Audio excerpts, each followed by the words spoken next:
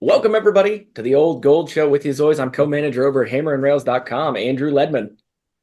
And I'm Casey on this day in our Lord Colvin Bartley. Okay, moving on directly from that. We're coming to you just minutes after Purdue took down the Ole Miss Rebels in the final of the Rady Children's Invitational. Final score 80-78 in what was an absolutely wild game. Purdue jumped out to a huge lead early, up to as much as 17 points, and then Ole Miss just started hitting just about everything from three. Closed the first half, shooting really well from three after being stone cold to start. And then the second half started out 6 for 6 from 3-point range and got a couple and ones in there as well, and just chipped away at the Purdue lead, chipped away. And then went up by, I think, as much as 7 before Purdue clawed their way back and won by 2. Casey, I mean, the biggest question, I think, the obvious one, what was up with the Purdue defense there? So I think a lot of it is Old Smith, Old Smith, Good Old old Willis, Smith. Old Smith. Ole Miss is an offense where it doesn't really matter what you do on defense. The shots they're going to take.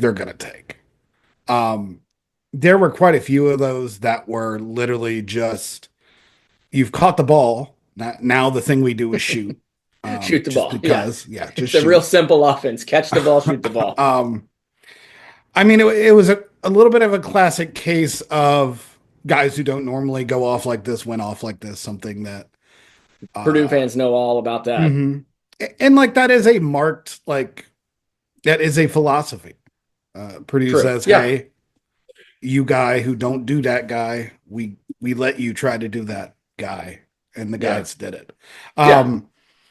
Obviously, like, Breakfield was awesome. 18 points, looked like an NBA player, just bigger, more athletic, just getting wherever he wanted. And then like 6 of 6 3 shooting to start a half is just, as Jakari Harris could like contest, even being wide open is no guarantee you're going to make 6 in a row. Yeah. Not easy to hit a 3. You might not make, not hit 6 threes all season. I'd have to check the practice tape to see if he's hit 6 threes in practice, because it is not going well. I'm kidding. He's shooting like 15% from 3 this year. It's not great. It's not high. It's not good. And he's out there like he's got the green light to just, let him rip. And I love the confidence. Would love to see it go in a little bit more. Yeah, I think there's a relentlessness to Ole Miss, certain styles of offense where it's just, at some point a barrage is coming. And it looks worse because at the time you just kind of get caught up in the whirlwind. That definitely happened. And then it really didn't get torn apart until Purdue started to turn the ball over. And when you add that good shooting, and then all of a sudden you go, hey, I'm going to try this cross court pass that has no chance. Not only am I not going to throw it that hard, I'm also going to be at a weird angle where the only way I can throw it is this way. So that. Yeah. And you can go where it's going. Yeah. So those aren't great combinations. But at the same time, I think we are seeing something like that. Okay. Obviously, you sound optimistic, so I like where it's going. Let's hear it. Just the overall tonnage of big time minutes that are already secured and locked in the memories of these guys. Braden Smith, Fletcher Lawyer, Trey Kaufman-Renn, Caleb First, Camden Heide to some extent. Myles Colvin was there last year, but just every game has meant so much to Purdue in the last 3 years. Yeah. Every game feels like a big game. Yeah. The magnification. And I think a lot of that is purely because Purdue schedules the way they schedule. Matt Painter sets them up to be in these kind of games all the time. Yeah. There's so many college teams that, 12 games or 11 games of their non-conference, 7 of them aren't basketball games. There's no final 10 minutes where you need to learn or get tough or like counteract something. It's literally you're up 30. You're not even playing the last 5. Yeah, I was gonna say it's the final 10 minutes where you got 5 guys off the bench who are in there playing together for the first time with the starters cheering them on. Yeah. And if it's really easy to wilt if you only get that like handful of times, 10 times. But like when you're constantly there and you have like muscle memory and emotional memory of it's fine. We have seen this exact team be down in that capacity. We saw it against Alabama like 4 games ago. They go down 6 in the second half, and all of a sudden, there's this nugget of like Purdue response that just happens quick, and then they just hold. And their ability to get to that, I think, really speaks to Braden Smith is obviously very good. Yes, he is. Maybe more is Trey Kaufman-Renn the Big Ten Player of the Year right now? I mean, he's certainly looked very consistent. I mean, he's even better than he was last year, obviously. I mean, there's more asked of him, and he really is stepping up. The only flaw in his game right now is free throws. And to be fair, we're going to talk about it in a way that is very alarming. 9 of 15 isn't as bad as what it feels like. Yeah, because I mean, he had a stretch there. I believe it was in the last 4 minutes of the game. He had 4 free throws, only made one of them. And at that point, Purdue was down, I think, 4 points. And so you would love to have those 3 points. I mean, it changes the whole entire complexion of the game. But he certainly looks very good. He's being asked to go out there, play both the 4 and the 5 at times, throughout the game.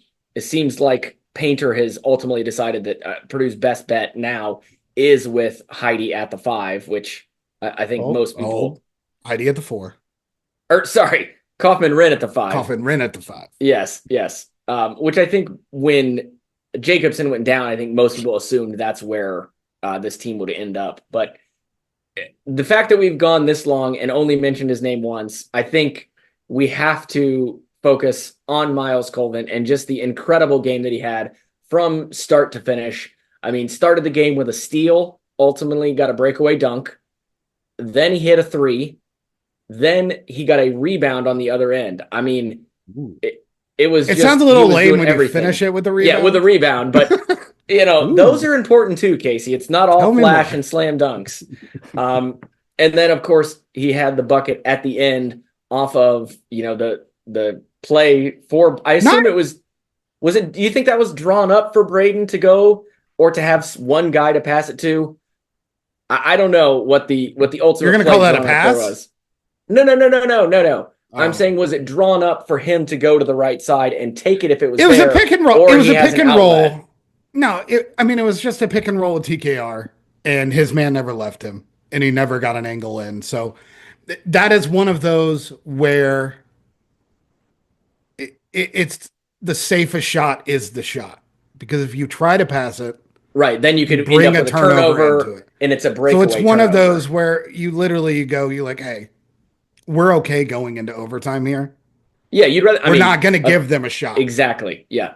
So that is the draw up. That's, hey, if he's wide open, make the pass.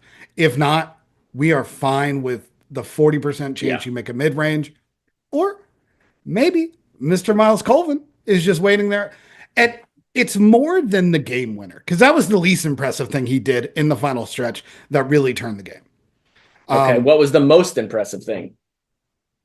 There's a lot. A whole lot of play. There is a quadrant of Myles Colvin play. Okay. All right. A what's another quad word? Quadrilateral? Yeah. Like it's not a biopic, it's a quadopic. I don't know that that's a word. Quad pick? We'll go with it. Quad pick. The first one was when Purdue's offense first started to really go in the tank. Yeah. And they go behind. Colvin hits the 3. Yes. Big 3. Needed 3. Got to have a 3. Splashes it. Then we're talking about Braden Smith getting a long rebound. Myles Colvin running his ass off. Camden Heidi, right side, also running his ass off. Braden Smith running his ass off. Forcing a 3-on-1. Smith gives him the no-look pass and one layup. Yes. It was a beautiful Cuts into the league. Beautiful looks to the pass. right, just to the left. It was very Great good. finish. And Great Colvin, finish. Colvin, to his credit, I mean, that's a hard pass to, be ready for. When your point guard's looking the other way. I know you're this is what you train for, this is what you practice for. You Right. got to be ready for the ball whenever it comes to you, but that's still not an easy pass to catch. So kudos to him on that. Yeah. Finishes on the left side, tuck finish, and one, gets the free throw to go. Then the Ole Miss pass that gets shin kicked up Yeah. towards half court. Myles Colvin breaks on it right away. There's no hesitation in his game Mm-mm. anymore. It's so nice. And, the gather step into the Euro through defenders. He could have easily pulled back and said, hey, we got the ball. This is awesome. Yeah. Let's But set it up. uses the athleticism, is aggressive, gets it to the hole. Beautiful little finger roll. Another foul and one. Gets Purdue the lead. And then there's another one, right? Well, he got another Nope, rebound. that's three. Yeah. So the game winner. And Yeah. then the game winner, obviously, And- which is and just I mean- a be smart hustle. Everyone else is so frozen on the minute because, it's just human nature. The ball's in the air. The Time's going to go. The TV movie announcer is saying, Braden Smith up for the win, 78-78, 2 seconds left. Everyone else is just looking for the results. Myles Colvin out here making the results. Well, and That's in fairness to Colvin, or in fairness to someone else, Camden Heide was also right there going for that rebound, that miss. So Purdue had two guys right there. There was one Ole Miss guy, but he was just kind of standing, as you said, looking at the ball, see what happened. And it was ultimately a bad shot by Braden Smith. So Colvin, right place, right time. Swooped there. Some people watching for the headlines. Some people making the headlines, Ledman. Oh, there you go. There you go. And Colvin, just throws it in, gets that bucket, puts Purdue up by 2. They ended up putting 0.1 seconds back on the clock, so they had 0.6. They got a decent look at it in that 0.6 seconds, but ultimately it fell harmlessly to the floor. What is this, Rutgers? Don't do that. Ron Harper's not coming back. Ron Harper Jr., thank you. Ron Harper Jr. is not coming back. Ron Harper Sr.'s not coming back either. No, I don't know. His knees. It's Dylan Harper now. It's Dylan Harper's time. He's all too old. So, but I mean, just to take a step back and look at Colvin, 20 points, 4 rebounds, 2 steals, and a really good block as well that they originally called a goaltend, but then they waved it off and said it was a clean block. Overall, obviously his best game he's had as a Boilermaker. And you keep putting a finger up at me, so you've got something to say. Well, if we're going to talk about blocks, we're talking about the coolest play of the season. Well, I don't know about coolest play of the season, but goodness, no, yes.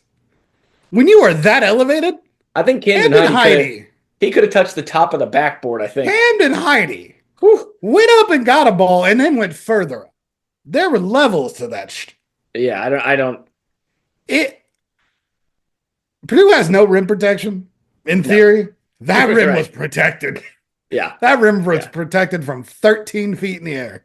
I watched that replay and I was like, he almost had to duck to get to not hit his head on the rim. Oh yeah. They play a different. I don't know what that must feel like. Yeah. Just absolutely amazing. So when we talk about how Ole Miss did to start the second half, they were 6 of 6 from 3 to start the second half. They wound up in the second half shooting 7 of 16 from 3. After starting 6 of 6, that means they hit only 1 of their last 10. And honestly, I don't really know that Purdue did that much differently on defense. As you said, Ole Miss was hitting some tough shots, but Purdue was not doing the best job, I think, on closeouts. You saw Braden Smith at one point yelling, I think it was at Colvin, about his defense after Colvin's guy hit one in the second half. Now, everybody's all a little angry. Everybody's getting a little chippy with each other, but Lawyer got yanked 3.5 minutes into the half. Yeah. For his not doing defense. Great job. Yeah. So I think they did, they cleaned up a little bit on defense, but also it's just, you're not going to be able to hit that many shots. It's just, your percentages are eventually going to come back to earth, and that is part of it as well. But man, for a while there, it really, really looked like Ole Miss was just going to run away with it. Yeah, I mean, a lot of the thing with Ole Miss's threes is they weren't like we're driving in, we're kicking out, we're moving the ball around. It wasn't the kind of stuff that like breaks your back. They were literally one pass shoot, isolation shoot, and those are very hard to maintain. And Yeah. it's a good sign that they were able to ratchet it up late. That Purdue wasn't giving up easy looks elsewhere to make them want to go somewhere else and kind of just play into their tendencies to just keep shooting those shots. But it's one of those things where obviously Purdue all season, like Painter's not thrilled with their defense. There's Well, not a yeah. great defensive lineup, but the ability to get better, to make some defensive plays late when it's tight, when you need a stop, I think that is a skill. I think that's a Hmm. team skill. I think that's earned. I think that's something Yeah. that Purdue is better at maybe in that moment than just as a pure defensive team. And while you would prefer for that intensity and efficiency Right. Be there to all the time. do it all the time, and it would make for less like heart palpitations. Yes. But at the same time, it's a good sign that Purdue has quite a bit this season. Obviously, the Marquette game sits there. That's real. That was a For problem. sure. That was not great. But you do have a team that, once again, I think it comes back to the big moments late in the game is not going to get to them. They know how to do that. They know what they need to do. It's expected of them. And I get a sense with this team that they expect to make those plays. Yeah. And it's a silly thing to say, but when you have that belief on the court, that matters. Yeah, and I think it was really evident in this game because if you go from when Purdue was up 17 to when Ole Miss went up 7, I mean that's a 24-point swing. Ooh. That was a 52 to 28 run over like a 17-minute period How much math for you Ole gonna hit me Miss. with here, Ledman? Calm Hey, down. listen, this is why I'm here. Jeez. So it was a 52 to 28 run over that 17 minutes. And yes, Purdue looked rattled. Yes, Purdue's offense got really stagnant for a big stretch there in the second half. But ultimately, that doesn't matter. They came back, they locked in, as you said, they made the big plays when they needed to make them, and they came back to win this game on a great last second shot by Myles Colvin because they've been there before. They know that feeling in their gut, like you said, and they know what they need to do. And they were ready when the opportunity presented itself. And just the fact that they came back after that 52 to 28 run is just kind of crazy to me. You don't see teams come back from things like that. Especially when like it was kind of Purdue getting away from like they know they were struggling at offense. Like you could see it when Smith got that long rebound and he realized, oh, I've got a chance here. Like we need some easy buckets. Yeah, let's And run. there's a bigger conversation to have about rotation and what Purdue's turned into the last few days that allows this kind of stuff because of Camden Heide and Myles Colvin being on the floor. But just that recognition and transition to be like, okay, we go and we get the layup out of it. Purdue gets the layup out of it.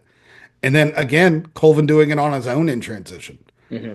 And like, how many times has Purdue been the victim of another team getting in transition? Like, those transition buckets for Ole Miss is what separated the game to start with in the Yeah, second half yeah, a little bit for them.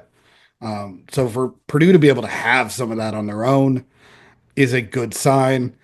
I think, I mean, Trey Kaufman Rin goes for what, 25, 15 in the first half. Like, it's always weird when the game gets close.